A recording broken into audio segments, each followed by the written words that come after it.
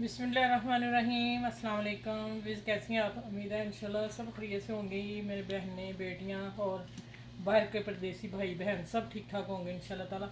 और आ जाते हैं कि आज जो मज़ेदार किचन में एक मैं चीज़ आपसे लोगों से शेयर करने लगी जो मैं मेरे बच्चे जब छोटे थे तब मैं करती थी। तो मैंने एक मेरे जहन में आया, मैं क्या आप लोगों से शेयर करूं, इसलिए कि बहुत अहम चीज़ है ये कि हम चीज़ को तैयार करके फ्रीज़ कर लें तो जब चाहें फ़ौरन निकालें तो उसको पका लें। ठीक है, अब ये मैं बनाने लगी हूँ कि मेरा कीमा है 450 ग्राम 450 ग्राम कीमा है। और मैंने पैकेट खोल लिया और कीमा चिकन का है, बहुत फाइन कीमा है, जैसे डबल मशीन से निकला होता है। ठीक है, अच्छा ये हो गया। और इसमें जा रहा है, अच्छा सबसे पहले टिप ये है कि जब हम कीमा पकाती हैं तो वो ये मेरी अपनी है, कोई 20 साल की पहले की। तो मैंने ना बस मेरे जहन में आया कि आप लोगों से शेयर करूं। जब हम लोग हम प्याज फ्राई करते हैं या कीमा को फ्राई करते हैं तो वो गुठलियाँ बन जाती हैं, फिर हम उसको काफ़ी मैच करते हैं चम्मच से ले थक जाते हैं ना। तो मेरा एक दफ़ा मेरे ख्याल आया जहन में कि मैं ऐसे क्यों ना करूं कि मैंने जब मैरिनेट कीमा करती हूँ मैं इसमें ना आधा कप ना इतने में आधा कप पानी डाल देती हूँ। पानी डाल के इसमें घोल देती हूँ, घोल के वो एक जैसा हो जाता है। फिर मैंने उधर प्याज और टमाटर फ्राई करने तो मैंने कीमा डाल देना।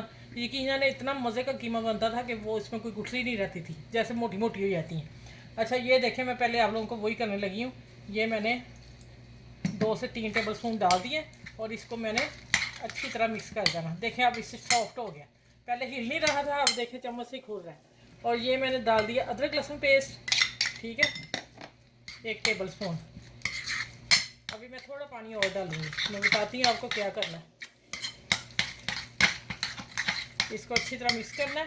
और जो बच्चियाँ सीख रही हैं उनके लिए बेस्ट ये रेसिपी है कि उनको कोई मुश्किल ना हो। ठीक है, और फिर ससुराल में जाके बातें ना सुननी पड़े, ससुराल वाले नाराज़ नहीं हो, क्योंकि ये बस एक कहावत बनी हुई है ना, होता है ऐसे हर कोई नहीं होता लेकिन कोई ना कोई तो होता है। अच्छा फिर आ जाते हैं कि एक मैंने प्याज ली है, उसको चॉप बरी कर लिया है। ये मैरिनेट करके फ्रीज़ करने का तरीका बता रही हूँ।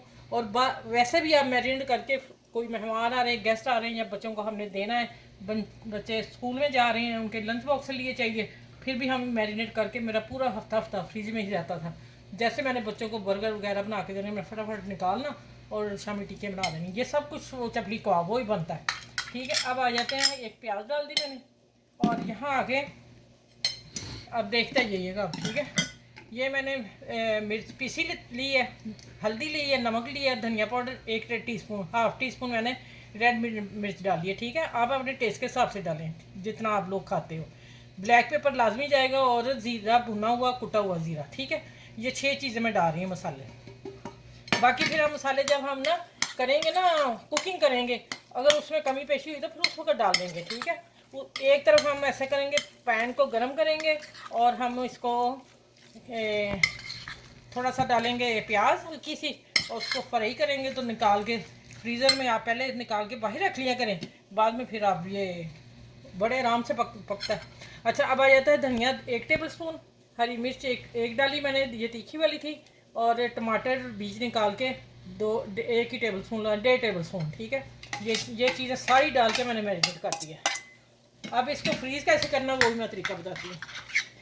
देखें माशाल्लाह पानी डालने से कीमा फर्स्ट क्लास हो गया, कोई गुठली नहीं बज रही, कुछ नहीं है। ये सिर्फ मैंने आज यही कुकिंग सिखानी है आप लोगों को। ये देखें, मैं ये भी 1 टेबल स्पून, आधा टेबल स्पून और था, मैंने वो भी डाल दिया। अब माशाल्लाह इसमें लेमन डालूंगी, बीज कहाँ इसके, ये देखिए इसमें डालते हैं बीज ना चले जाए। 1 टेबल स्पून लेमन डालूंगी जूस। ठीक है, ये आपने बीज निकाल देने। ये देखिए 1 टेबल स्पून मैंने लेमन डाल दिया।